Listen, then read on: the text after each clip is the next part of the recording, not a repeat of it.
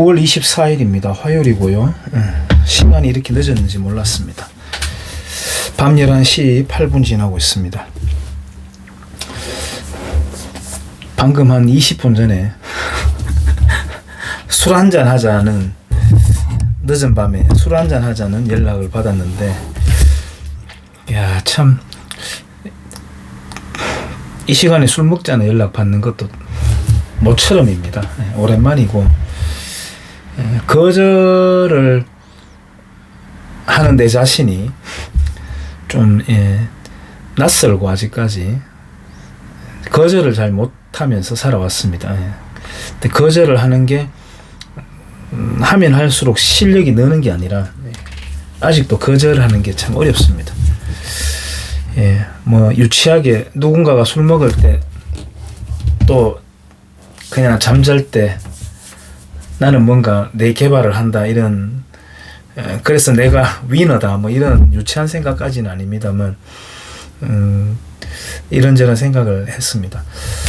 부지불식간에 이제 아저씨가 되었습니다. 누가 뭐래도, 누가 보더라도 아저씨가 되었습니다. 아저씨가 되었는데, 저는 지금 쇠퇴하는 아저씨 사회의 처방전이라는 제목의 책을 오늘 간간히, 그리고 마치고 난 뒤에 해서, 뭐 이런 책들은 좀 빨리 읽는 편입니다. 이러한 책의 지은이를 제가 무시해서가 아니고요. 아주 뭐 내공이 강한 사람들이죠. 저는 어떤 책이든지 책을 낸 사람들은 뭐 저보다는 뛰어난 사람이라고 보는 입장이기 때문에, 특히나 이분 같은 경우에는 스펙도 출중하고, 그동안에 뭐 업력, 또 자기의 어떤 기량, 이런 것들을 봤을 때 내공이 상당한 분입니다. 일본 사람인데요. 야마구치 슈라고 하는 사람입니다. 지금 저는 한 5일 동안 야마구치 슈, 그리고 미즈노 마나부라고 하는 디자인과 관련된 센스를 길러야 된다, 이런 것과 관련된 이 두 사람의 책을 모조리 지금 구해가지고 막 뷔페에 가가지고 맛난 음식 개걸스럽게 먹듯이 해치우고 있는 중입니다. 이른바 제가 지어서 표현하는 걸로 치자면은 이제 굴락 채집입니다. 굴락 채집. 제가 한창 스킨스쿠버 미친 듯이 다닐 때 일주일에 5번 가면 미친 듯이 다녔다고 말할 자격이 된다고 저는 생각해요. 한 6년, 7년 정도를 그렇게 다녔으니까 정말 미친 듯이 다녔다는 표현이 맞겠죠. 그럴 때 뭐 들어가면, 특히나 저는 양포 앞바다 다이빙이 잊혀지지가 않습니다. 그 경험들이. 양포 앞바다는 아시는 분들은 아시겠습니다만은 근해에서부터 갑자기 깊어지는 그런 곳입니다. 그 바다라고 하는 지형이 뭐 뻔한 이야기겠습니다만은 육지에서부터의 지형을 그대로 이제 들어가는 거죠. 그대로 들어가는데 이제 물이 차 있다 보니까 육지 지형이 그대로 바다에 이제 들어가 있는 셈이죠. 그러니까 가파르게 내려갑니다. 양포는 물이 차고, 그래서 양포 문어가 유명하기도 한데, 제가 한 번은 양포도 여러 번 갔었는데, 한 번은 끝도 없이 계속 내려가는 겁니다. 이게 내려가다 갑자기 바둑판처럼 정말 평평한 거대한 바위가 쫙 펼쳐지는 겁니다. 이렇게 되는. 그냥 간단하게 제가 이렇게 했지만은 거의 몇십 미터가 갑니다. 평평한 상태로. 그러다가 또 갑자기 급전직하로 뚝 떨어져요. 공포가 밀려오죠. 도대체 몇 미터까지 내려가는 거야? 라고 뭐 내려가 보는 거죠. 또 이 성질머리가 쭉 내려가는데, 이제 그 안반이 시커매지죠. 이제 점점 수면으로부터 깊어지니까, 햇빛의 영향으로부터 이제 멀어지니까 점점 어두워지다가, 그 안반에 보면은 뭐 여러 가지 깊어지면서 뭐 굴처럼 쑥 들어가는 데도 나오고, 이제 섬뜩섬뜩하죠. 문어도 그날 하루 한 마리 또 잡기도 했습니다만은, 문어가 바닷속에서 보면 되게 무섭습니다. 눈이 막 외계인 눈처럼 시커먼 게 커다랗게 이렇게 있거든요. 문어도 잡기도 했는데, 그날 제가 내려가다가 또 층층이 평평한 데가 나오고 하면은 소라가 굴락을 이루고 있는 거예요. 완전 뭐 우리 표현으로 계락인데, 계락, 억수로 많다는 뜻입니다. 계락으로 굴락입니다. 생명체 종에 따라서 좀 다릅니다만은 대체로 굴락을 이룹니다. 대체로 굴락을 이룹니다. 전복도 마찬가지, 뭐 미역도 그렇고. 그래서 뭐 조리개를 벌려놓고 거의 뭐 정말 쓸어 담듯이 담기도 했습니다. 이러한 책을 볼 때도 마찬가지예요. 한 권을 딱 보면서 이 사람 장난이 아니군 이라는 느낌이 들면은 이 사람으로 검색을 해가지고 이 사람이 써놨는 저작물들을 모조리 구해가지고 저는 보는 그런 좀 독서 편력을 갖고 있어요. 그래서 최근에 한 8권 될 겁니다. 이 두 사람 책이. 더 되나? 아마 개걸스럽게 읽어내고 있어요. 그 중에 한 권이 지금 이제 쇠퇴하는 아저씨 사회의 처방전이라고 하는 야마구치 슈의 책인데요. 저도 부지불식간에 아저씨가 되었다고 말씀을 드렸습니다만은 이 책에서 아저씨에 대한 개념을 먼저 시작을 합니다. 아저씨란 누구인가? 본론에 들어가기에 앞서 이 책에서 다루는 아저씨의 개념을 명확하게 정의하고 싶다. 아저씨의 개념.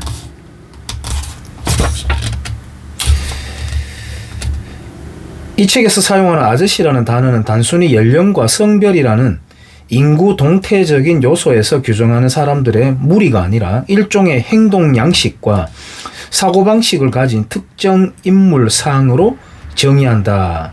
그 특정 인물상은 다음과 같아. 1. 오래된 가치관에 빠져 새로운 가치관을 거부한다. 2. 과거의 성공에 집착하고 기득권의 이득을 놓지 않으려 한다. 뭐 이런 거는 누구나 그렇죠. 자연스러운 거죠. 그렇게 보자면 누구나 아저씨가 되는 거죠. 3. 계층 서열에 대한 의식이 강해 높은 사람에게 아첨하고 아랫 사람에게 우습게 여긴다. 이거는 연령 막론하고 존재하는 타입입니다. 4. 낯선 사람과 이질적인 것에 배타적이다. 나이가 들수록 그러한 굳어지는 경향성이 있습니다만 이것 역시 좀 케이스 바이 케이스라고 할 만큼 타입에 따라서 다르다고 할 수가 있겠어요. 어쨌든 이렇게 카테고리를 만들고 있습니다. 뭐 예를 들어서 비매너, 그리고 성숙되지 않은 상태, 요즘 애들은 버릇이 없어, 뭐 이러한 말투.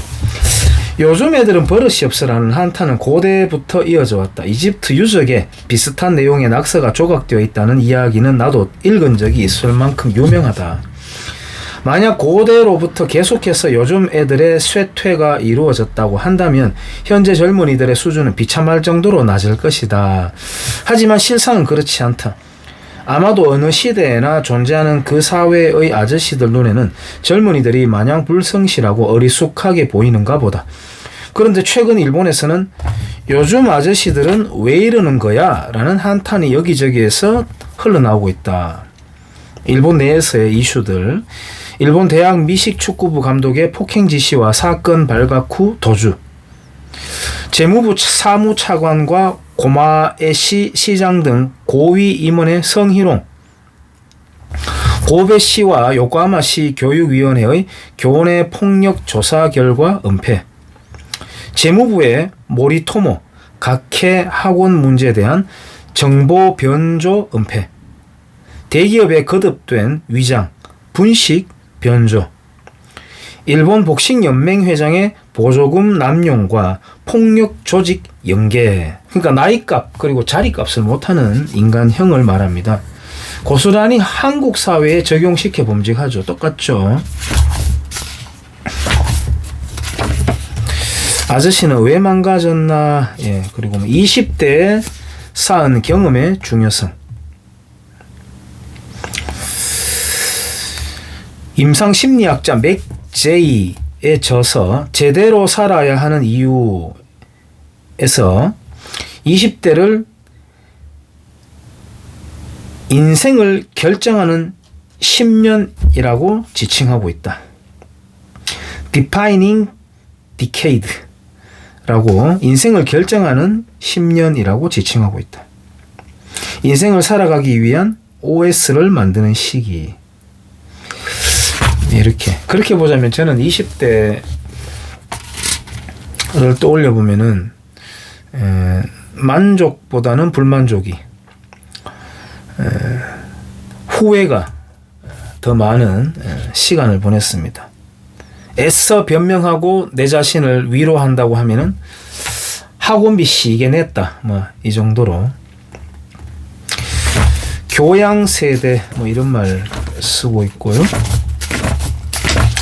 그러니까 미즈노 마나부라는 사람 이게 디자이너인데요. 그러니까 광고 카피부터 해서 뭐 공간 디자인 심지어는 물건이 잘 팔리게 하는 기업 컨설팅까지 총망라하는 다시 말하자면은 세일즈하는 전문가라고 할 수 있는데 이 두 사람이 대담을 나누는 그런 책도 있습니다만은 두 사람 다 공이 그런 말을 합니다. 예를 들자면은 우리가 매슬로우의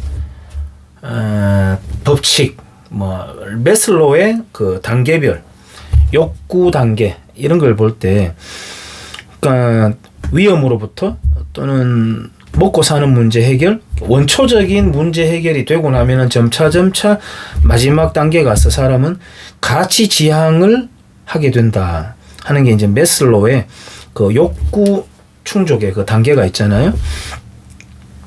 그렇게 보자면은 우리가 물론 아직도 더 편리한 뭔가가 혁신적으로 나올 수 있겠죠. 하지만은 과거에 비한다면 저는 늘 그런 말 하거든요. 손가락만 안 아프면 사는데 지장 없다. 다 버튼만 누르면 다 되는, 불 데펴지고 뭐 난방되고 전기불 켜지고 전부 다 버튼으로, 뭐 차 시동도 심지어는 키도 안 잡는다. 이제 갖다 대보면 된다. 뭐 이런 식으로 좀 있으면 이제 음성으로 인식하는 게 다 지배적으로 나오겠습니다만은, 아니면 눈빛 가지고. 그래서 어떠한 원초적인 안전 그리고 먹거리 이런 게 보장이 되면 될수록 이제 가치 지향을 하게 된다. 그렇다면은 지금 한국 사회의 산업은 어떤 가치로 가는 것이 앞으로의 한국 사회의 발전을 이끈다라고 하는 아젠다 정도는 우리가 도출할 수가 있겠죠. 이미 알고 있지만은 어떻게 해야 될지 우물쭈물하기도 할 것이고, 이 두 저자는 줄곧 그런 말을 많이 해요. 일본 사회를 되게 비판을 많이 합니다. 그리고 일본 기업 문화를 비판을 많이 해요. 제가 그렇기 때문에 이 책을 빼들어 가지고 이제 읽어 나가는 겁니다. 읽어 나가는데 재밌는 부분 한 가지를, 이류 권력자가 인류를 말살한다라고 하는 것인데요. 이거는 시사하는 점이 매우 큽니다. 이거는 기업에서도 그렇고 어떠한 조직체에서도 그렇고 인간 집단 그리고 정치 내에서도 그렇습니다. 심지어 대통령을 뽑아내는 그러한 것도 마찬가지예요. 인류는 자신의 실제 위치와 누가 진정한 인류일지 알고 있기 때문에 지위가 올라갈수록 자신의 허상이 벗겨질까 봐 두려워한다. 그렇기 때문에 인류들이 권력을 손에 넣으면 주변에 있는 중요 인물을 말살하려고 한다. 기가 막힌 통찰이죠. 이것은 예수를 죽이려고 한 헤롯과 바리새인의 성직자, 조르다노 브루노를 화형에 처한 신문관, 트로츠키에게 자객을 보내 암살한 스탈린은 모두 실상이 탄로날까 두려워 인류를 죽인 이류 권력자들이다. 이게 예를 들자면은 일본이 대륙으로 이제 진출이라고 하면 또 요거다 묻겠죠. 뭐 침탈 해 들어올 때도 마찬가지고, 정유재란을 벌였을 때도 마찬가지고, 그러니까 일본도 뭔가 국내에서의 폭력적 양상이 폭발적으로 압력이 차올랐을 때 외부로 분출하기 위한 것도 있지만은 어떻게 보면은 일본도 급성장했다고도 할 수 있는데 웃자라 버리다 보니까 그 권력을 표출하려고는 하지만은 그동안에 계속해서 자기들이 인식해온, 예를 들자면 중국 문화에 대해서, 조선에 대해서도 마찬가지죠. 훗날 메이지를 이루면서 일본이 조선을 무시하는 그러한 현상들은 있었지만은 그전에는 조선에 대한 존중과 예우가 있었죠. 하다못해 식민지에 대해서도 반대론자들은 너무 크다, 그리고 문명화가 돼 있다, 뭐 이런 식의 이제 진단을 내리기도 합니다만은, 그래서 그런지 일본이 대륙으로 확장을 하면서 전투를 벌릴 때 보면 매우 잔혹한 양상을 보입니다. 그러니까 승리가 이미 굳혀졌다라고 하는 시점인데도 그 판단을 했음에도 불구하고 매우 잔혹하게 계속해서 사륙을 일삼는 그런 것들을 볼 수가 있어요. 이게 바로 그 약자가 갑자기 웃자라거나 아니면은 두려움을 가진 자가 성취를 맛보았을 때 관대함과 자비를 베풀지 못하는 그러한 그 심리 상태를 반영한 것이라고 할 수 있어요. UFC라고 하는 그 격투, 저는 UFC라고 하는 격투를 별로 좋아하지 않습니다. 깔끔한 맛이 없어가지고, 뭐 격투가 깔끔하면 얼마나 깔끔하겠습니까만은, 어쨌든 거기서 또 보면은 상대방이 한 대 맞고 거의 그러기로 쓰러졌는데도 불구하고 그러면 이제 끝내면 되죠. 심판이 이제 스탑하면 되니까.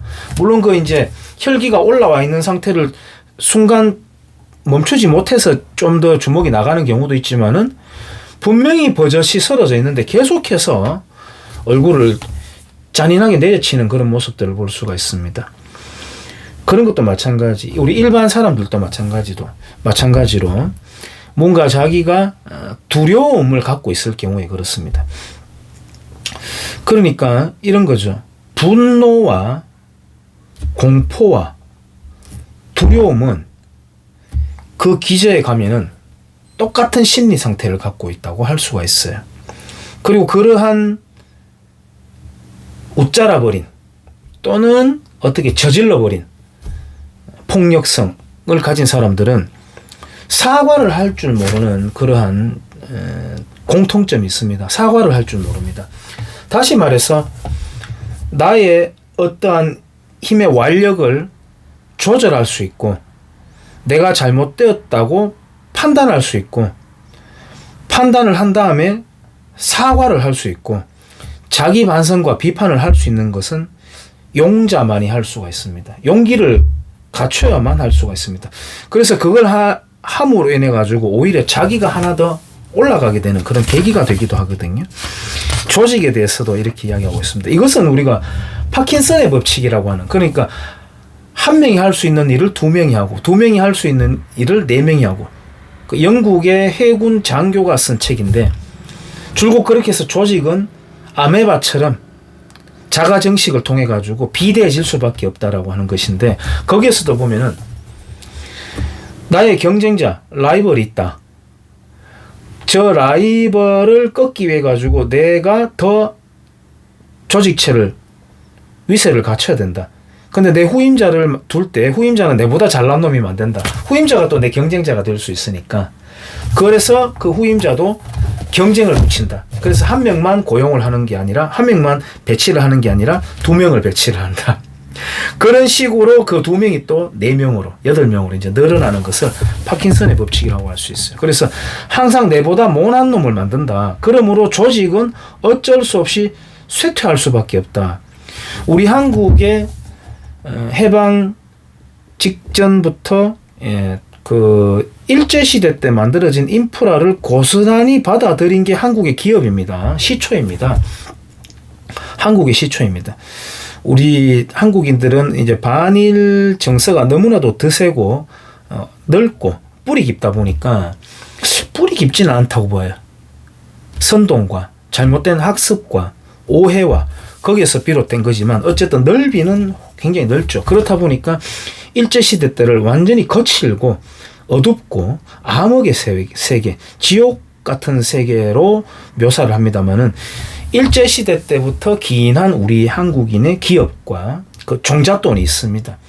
어쨌든 그때부터의 이제 이루어진 어떤 기업들, 그리고 건국 이후 또 산업화 이후로부터 계속해서 갔을 때 야성이 떨어지는 것도 있지만은 자질 면에 있어서도 1세대 기업 또는 2세대 정도까지에 못 미치는 기업가 또는 기업 문화가 지금 만들어지고 있는 게 아닌가, 저는 그렇게 의심을 하고 있어요.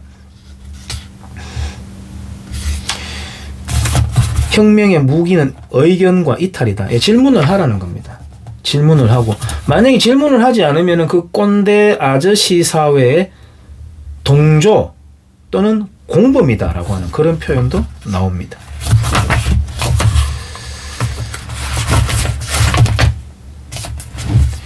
과거에는 생물학적 연령이 높은 사람이 결정적 지능이 높다. 그동안에 쌓여 있는 로 데이터를 통해서 또 경험치를 통해서 결정에 있어서는 뛰어나다. 그러나 지금은 정보의 보편성, 확장성, 그리고 정보의 아주 빨리 바뀌는 패턴에 따라서 이 연령자들의 가치가 지금은 낮아지고 있다. 뭐 이런 표현. 그것도 연령자 나름입니다. 연령자 나름이에요. 그리고 배우기 나름이고, 젊은 세대가. 뭐 책 재밌는 내용 많이 있습니다만은 교양, 결코 쇠퇴하지 않는 결정적 지능. 디자이너 미즈노 마나부라고 하는 사람도 센스라고 하는 것은 설명 가능한 것이어야 된다. 아, 그런 느낌이어서 그런 것 같아 라고 하는 걸 랭귀지 콘돔 같은 기법이 아니라, 랭귀지 콘돔은 제가 쓰는 말입니다. 설명 가능해야 된다. 어휘력이 짧으니까 그런 것 같다라고 표현하는 것이지, 설명 가능해야 된다. 그리고 그 설명이 가능해야 자기에게 일감을 맡기는 사람에게 구체적으로 설명할 수 있고, 또 자기 자신도 인식할 수 있다. 뭐 이런 표현을 씁니다만은, 예, 지식이다. 그리고 그 지식을 정밀하게 다듬는 과정이다. 센스라고 하는 것은. 라고 했는데, 이 두 사람의 표현은 좀 다릅니다만, 교양사회로 가야 된다. 가치지향사회로 가야 된다. 의미를 부여하는 것으로 가야 된다. 이렇게 하는데, 교양이란 무엇이냐? 제가 찾아가지고 여기 적어놨습니다. 교양. 독립된 개인이 의당 가져야 한다고 여겨지는 여러 분야를 망라한 일정 수준 이상의 지식이나 상식, 이렇게 되어 있습니다. 여기서 저는 개인적으로는 지식까지는 인정하지만 상식이라고 하는 표현은, 상식이라고 하는 표현은 좋아하지 않습니다. 커먼센스라고 하는 표현을 좋아하지 않아요. 대체로 폭력으로 작동을 하기 때문이고, 나는 합리적인 사람이야 라고 하는 표현하는 사람 있죠. 나는 상식적이야 라고 하는 표현하는 사람. 그런 사람들 줄곧 결정적인 때가 되면 굉장히 폭압적이고 폭력적인 사람 아닌 경우를 제가 거의 못 봤기 때문에, 상식이라고 하는 표현은 제가 거북스럽습니다만, 교양이라고 하는 뜻은 이렇습니다. 독립된 개인이 의당 가져야 한다고 여겨지는 여러 분야를 망라한 일정 수준의 지식이나 상식, 이렇게 되어 있습니다. 예. 그리고 이 교양을 갖춘다고 하는 것은 끊임없이 학습을 하고 무언가에 도전하고 활동적으로 유연하게 삶의 태도를 갖는다라고 하는 것이기 때문에, 그것은 아저씨스럽지 않은 모습이기도 합니다. 제가 썸네일에다가는 최근에 저도 배운 단어인데, 개젖이라고 하는, 아저씨하고 개하고 합성한 개젖이라고 하는 단어를 그 썸네일에 그 여성으로부터 처음 저는 알게 되었거든요. 좀 늦죠. 그리고 아저씨라고 일컬어졌던 그 원빈이죠. 썸네일 괜히 그냥 갖다 붙여놔 봤습니다. 아저씨도 아저씨 나름이기 때문에. 개라고 하는 표현은 좀 억울할 법해요. 굉장히 빠르다라고 할 때 개 빠르다고 하거든요. 와, 엄청 맛있다라고 할 때도 개 맛있다라고 해요. 그리고 매우 더럽다라고 할 때도 개더럽다. 개더럽다. 도대체 개라는 표현은 부정적인 또 긍정적인 면에 그러니까 막 최고로라고 하는 표현을 개라고 바꿔 부르는 것 같습니다. 극혐이라는 단어 앞에도 개극혐이라고 붙여버리고 이렇게 하는데, 요즘은 또 그런 말 정도 써줘야 MZ 세대로 일컬어지는 애들하고 말이 좀 통한다고 여겨질까요? 꼭 그렇게 해야만 될까요? 저는 그렇게 생각하지는 않습니다. 이렇게 생각한 자체가 뭐 개저씨인지는 모르겠습니다만은, 제가 이 두 사람의 책을 지금 파고 있고 배우려고 팝니다. 디자이너 기법이라든지, 단순 디자이너 기법이 아니에요. 예를 들어서 색 배치를 이때는 여기 해야 된다, 폰트체를 뭐 써야 된다, 그런 용어는 거의 나오지 않습니다. 결국은 철학이고 인간 심리에 접근하고자 하는 그런 노력들의 저작물이기 때문에 제가 파고 있는 건데, 왜 이걸 남겼느냐, 또 이렇다는 겁니다. 또 뭐가? 조선은 망하는 것에도 실패해버린 정말로 형편없는 국가였다. 국가라고 부를 필요도 없다. 메이지 시대와 고종 시대를 우리가 딱 상반되게 비교를 하잖아요. 그때 졌는데 야, 또 지고 있는 거 아닌가 하는 생각이에요. 일본 사회에 대해서 신랄하게 비판하고 진단을 하거든요. 그리고 대안을 내놓습니다. 일본 사회에 대해서. 이걸 그대로 한국 사회에 적용을 시켜가지고 한국 사회도 이러한 진단들이 많이 쏟아져 나와야 된다고 저는 생각해요. 우리 또 지면 안 된다. 제가 유치하게 좌익 진영에서 선거 전만 되면 펼치는 캐치프레이즈, 이번 선거는 한일전이다 뭐 이런 거, 축구 국가대표 A매치 응원하면서 쪽발이 다리 몽둥이 뿜질러 버려라 뭐 이런 뜻에서 이번에 질 수 없다 이런 표현을 쓰는 게 아니에요. 아니 대중국, 뭐 대유럽, 대미국 망라해서 한국이 더 이상은 백스텝을 밟지 않고 여기에서 몰락하면 안 된다. 그러기 위해서는 현 시점을 진단을 하고, 갑작스럽게, 여기 일본에 대해서 진단이 그런 게 나옵니다. 갑작스럽게 성장을 한 나라라서 이런 표현이 나오거든요. 정말 한국에게 대입시킬 표현 아니겠습니까? 갑자기 졸부인 겁니다. 졸부가 상징적으로는 에쿠스, 뭐 더 좋은 차들도 있지만 어쨌든 졸부가 에쿠스 타고 명품 옷 걸치고 하니까 이게 빨도 안 나고 매너가 있습니까? 뭐가 있습니까? 웃자라 버린, 비료를 너무 쳐버린 우리 한국이다 보니까 무언가 공허하게 텅 비어버린, 요즘 도로에 구멍 나가지고 푹 꺼지는 현상들 난다고 합니다만은, 그러한 현상들이 대한민국 곳곳에 분야 영역마다에 뻐끔뻐끔 나온다. 가장 대표적으로는 지방자치 행정 그리고 지역 문화라고 할 수 있겠죠. 그렇습니다. 우리 또 산업공상 아직까지 벗어나지 못한, 탈조선하지 못한 인간관, 교육관, 직업관이라고 할 수가 있겠죠. 그런 뻐끔 구멍이 나는 맨홀들이 나온다. 메워야 된다. 그래서 이러한 진단을 정작 우리 한국 사회가 또 지고 있는 게 아닌가. 얼른 해야 된다. 봐라, 일본은 쇠퇴하는 아저씨 사회라고 표현하고 있지 않느냐. 낡아가면 안 된다. 국가든 조직이든 집단이든 개인이든 낡아가면 안 된다. 이런 생각입니다. 끝으로 제가 인간 인체에 대해서 빗대자면은, 노인 냄새 난다는 표현 쓰죠. 노인 냄새. 나죠. 가까이 가면. 할배 냄새. 왜 나죠? 안 씻어서 그렇습니다. 분비물이 나오면서 기름도 나오거든요. 아니, 우리 피부에는요, 각종 영양분이 다 나옵니다. 비타민까지 다 나와요. 갓난 아기가 엄마의 몸을 핥아먹으면 주로 가슴 부위죠. 영양분을 섭취할 수도 있습니다. 물론 그게 이제 충족될 만큼의 양은 아니지만은 온갖 게 다 나옵니다. 분비물이.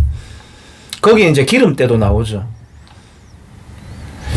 싱크대 홀에 구멍에 자주 씻어주지 않으면은 악취가 나는 거와 똑같습니다. 예. 그 분비물을 씻어주지 않으면은 냄새가 나는 거죠. 적당히 운동을 해서 몸에 열을 올리고 땀을 배출시키고 그리고 그 적당한 온수 샤워를 통해 가지고 자주 씻어주면은 그리고 보습제를 바르고 냄새 안 납니다. 그것은 신진대사를 말하는 것이죠. 그것을 고스란히 개인의 자기 역량 개발 또 사회의 뭐 휴먼 디벨롭먼트 인덱스라고 하는 그런 지표, 조직의 활기, 사회의 건강함, 국가의 공기, 풍속, 풍토 이런 것도 다 거기에서 소스를 얻을 수 있는 것이라고 생각해요. 그래서 한국 사회가 아저씨다, 장년층이다 이런 생물학적인 그런 것이 아니라 정말 지금 가을이 왔는 이 선선한 바람처럼 그것도 새벽 바람처럼 그런 건강한 바람이 사회에 가득하기 위해서 해야 되고 우리 개인이 또 감내해야 되는 그런 숙제들이 있습니다. 그런 측면에서 이 책 오늘 되게 재밌게 읽어가지고요.